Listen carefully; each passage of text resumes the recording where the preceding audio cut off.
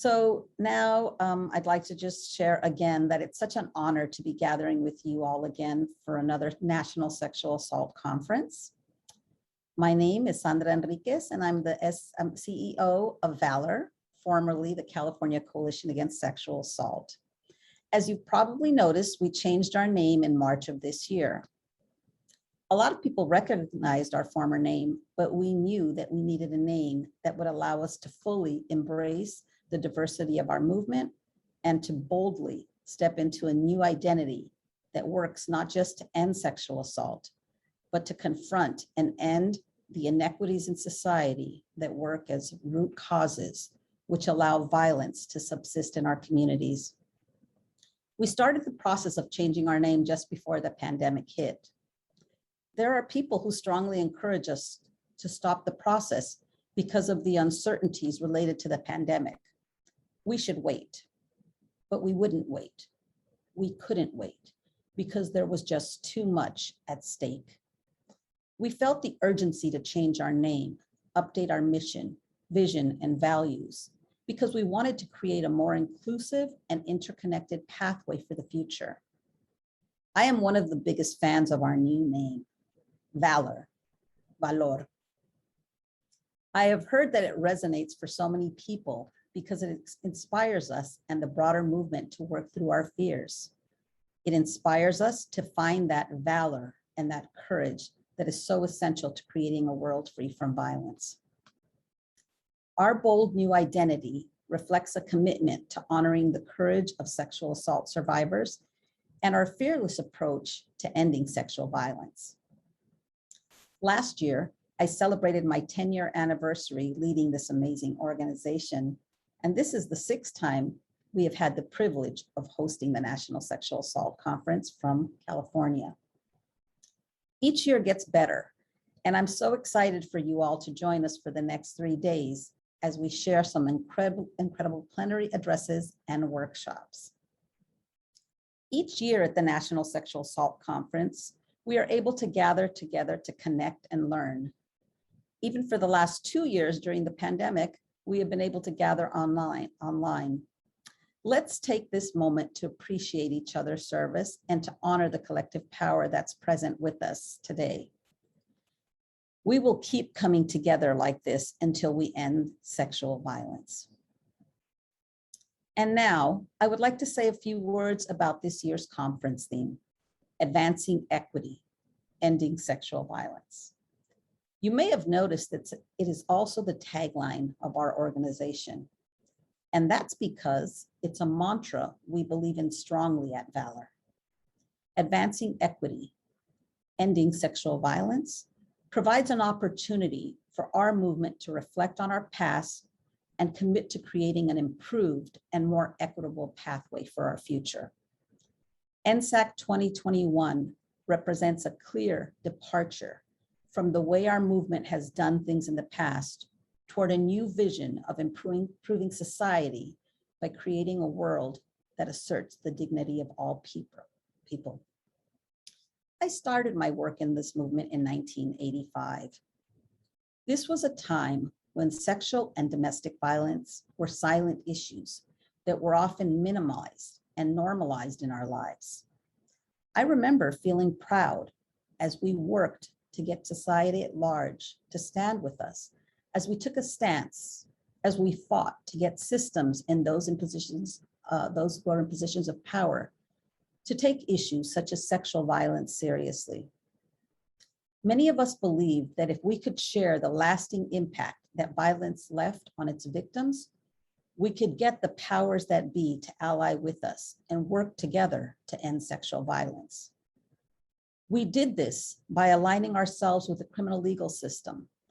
And although there have always been many leaders, particularly those who are of color and/or represent marginalized groups, that warned about the consequences of criminalization, choosing policing, prosecution, and imprisonment as the primary solution to gender-based violence.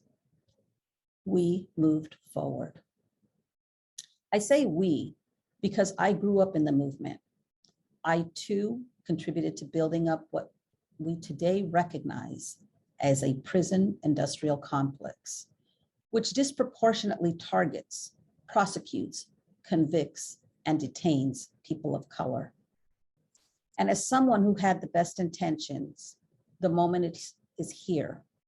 The moment is actually long overdue for each of us to stop, reflect, and take bold action to transform our movement, to transform our strategies and approaches. It's always difficult to look at ourselves, to acknowledge our shortcomings. But if our life's work is or has been to prevent sexual abuse, then we must recognize that we live in a flawed world. We must see our own flaws.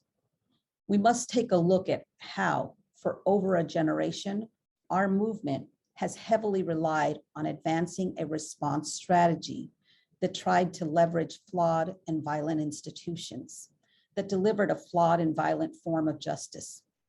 We must also acknowledge that for too long, we have remained on the sidelines while communities are ravaged by racism, poverty, homophobia, transphobia, nativism, and other forms of marginalization, failing to see the link between our work to end sexual violence and the necessary work to eradicate oppression. Although I have been a part of this movement for most of my adult career, I too experienced the biases, the micro and macro aggressions. I stand before you today as a first-generation Latina whose family immigrated to this country when I was a small child. I've lived here most of my life, and this is my home, just as much as it is home to countless other immigrants, to the great-grandchildren of Black slaves, to Indigenous and Native-born folks. Unfortunately, I and many others like me have often felt unwelcome. I wish I could say that our movement embraced me and my leadership, but that has not always been true. Because even our movement is steeped in a belief that leaders look and behave in a particular way. But my leadership style, like many of yours, is based on my life. It includes being othered and marginalized. It includes struggling to be at the table, to be welcomed, to be respected. It includes a belief that we can create a better and more equitable world, and a hunger to make the seemingly impossible possible. I want to share a personal story with you about my first week on the job. I was invited to a national meeting. As I stood in the meeting room getting my continental breakfast, a woman made a beeline toward me. She singled me out from all of the others there and asked me where she could find the restroom. It didn't matter that my hair was all fixed up, my makeup was on, that I was wearing a business suit, high heels, and was in line and getting my breakfast along with all the other meeting participants. I said, I don't know, I don't work here. She looked me up and down with surprise and disdain. Evidently, all she saw was that I was the only Latina in the room. Obviously, I must have been one of the hotel employees there to serve her. Although I had already noticed that I was one of 3 people of color in the room and the only Latina, her comment served to make me keenly aware that I was different, likely out of place for such a meeting. It was the first of many instances in my tenure as a statewide and national leader where my presence or style were unwelcome. Somehow I stuck it out and I'm still here.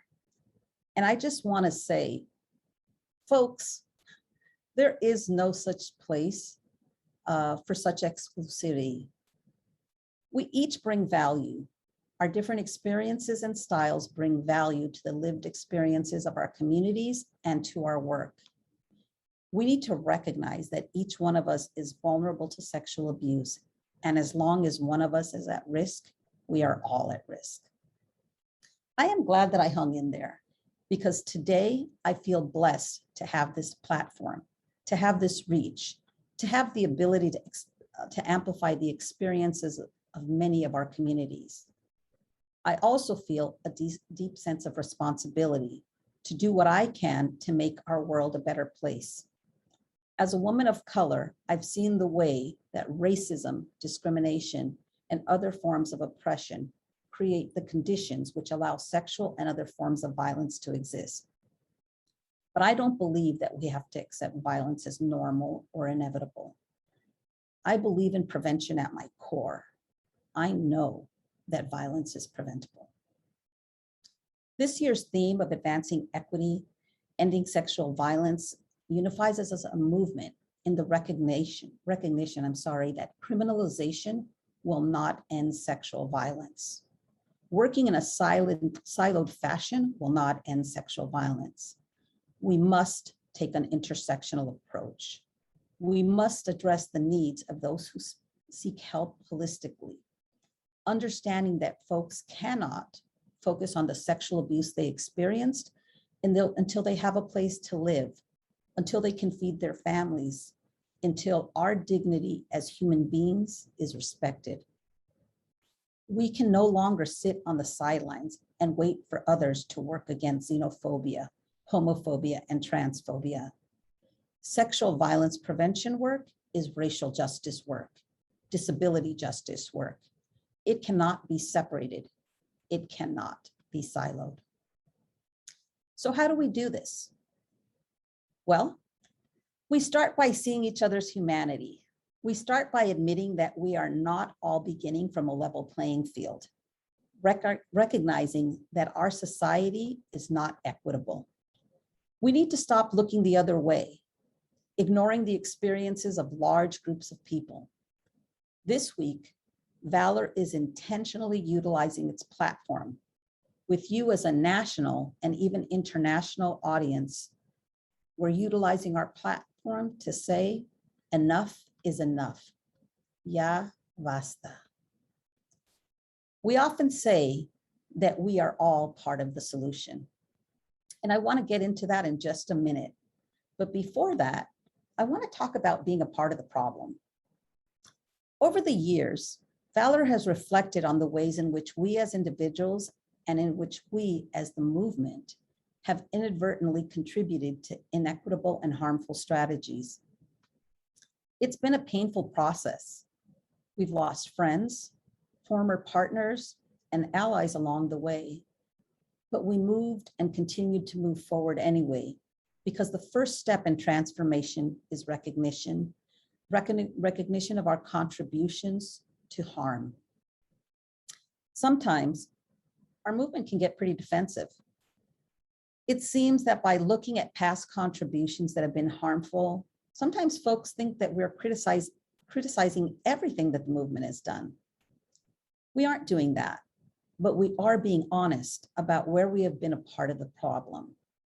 We are highlighting where we have remained silent, on the sidelines, or too narrowly focused. Self-reflection is hard. We sometimes feel embarrassed, ashamed, and even afraid. But all of these feelings are important. If we learn from our past, we can be intentional about doing better in the future. I want to share a story with you about a woman that inspires me. I learned about her in Latin American studies while in college. Her name is Domitila Barrios de Chungara. She was an indigenous woman from Bolivia living in a community of miners. As you can imagine, those who worked in the mines were among the most oppressed and the most invisible. Domitila had not set out to be an activist. She was a mother, speaking out on behalf of her children and the conditions of the other families in that community. There's a famous quote attributed to Domitila, and I will read it first in Spanish and then translate it into English. Nuestro enemigo principal no es... Our main enemy, it's not the imperialism, nor the bourgeoisie. Our main enemy is fear, and we carry it within us. Her quote says, our main enemy is not imperialism nor the bourgeoisie. Our main enemy is fear, and we carry it inside. Please hold on to that quote for just a bit because we're going to come back to it. Domitila has been such an inspiration for me because she demonstrated how everyday people can set their mind to something and change the world. Domitila is known for going on a hunger strike with other indigenous Bolivian women. They wanted to take down the military dictatorship, largely responsible for the oppressive conditions that their people lived in. People found it amusing that 5 women believed that they could affect the dictatorship. But within 5 days, the 5 women became 500 people, then 5,000 people, then 500,000 people. And within 23 days, the military dictatorship fell.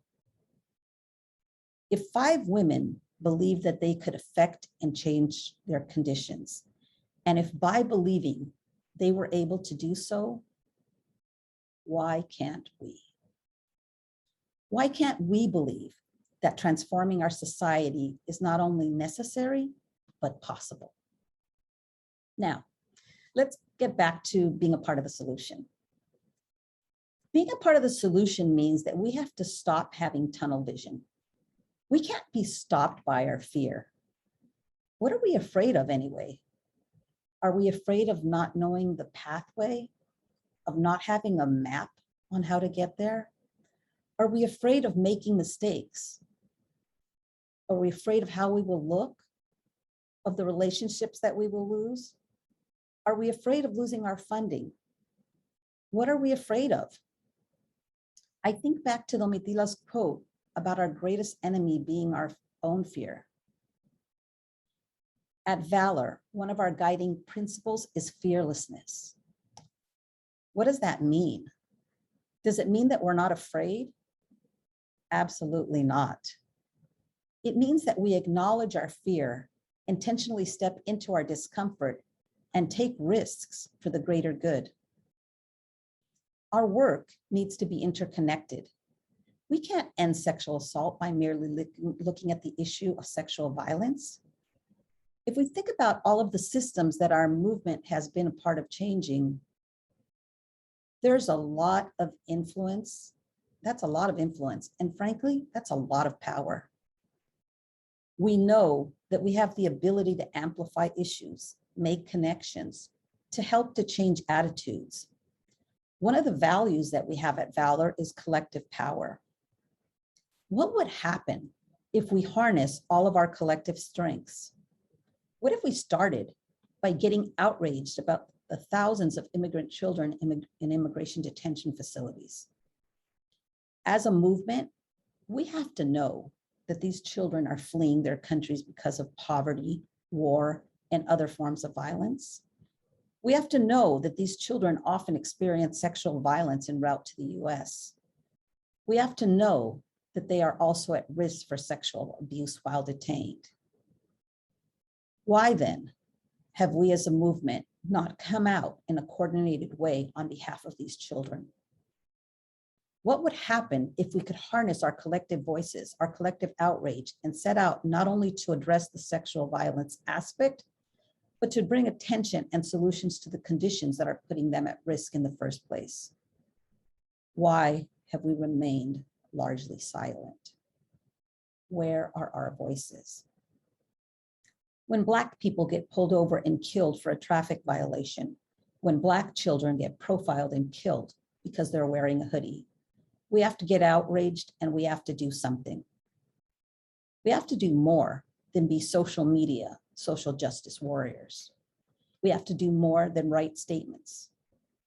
Don't get me wrong, these things are a start, but they are not enough. We have to care more, we have to say more, and we definitely have to do more. As I close, I ask you to join me in making a commitment to affirming and expressing our commitment to equity. At Valor, advancing equity means confronting the barriers that limit people's opportunity to live safe, healthy lives. When Black Americans are unjustly killed by police and denied equal treatment under the law, our movement must not be silent. When immigrant communities are demonized and brutalized for making the journey seeking a safer life, our movement must not be silent. When people with disabilities are abused and when their experiences are invisibilized, we must not be silent. When our lesbian, gay, bisexual, and transgender siblings are terrorized and discriminated against, we must not be silent. We must be firm in our support for all people experiencing violence, and we must be resolute in our commitment to change the conditions of a society that allow violence to subsist. Join me in being fearless, transformative, in utilizing our collective power to create a more just and equitable world. It's important that we embark on this journey together. We have to be willing to start. We have to be willing to persist, no matter how long it takes. It's going to take a great deal of courage, but we have what it takes. We have valor.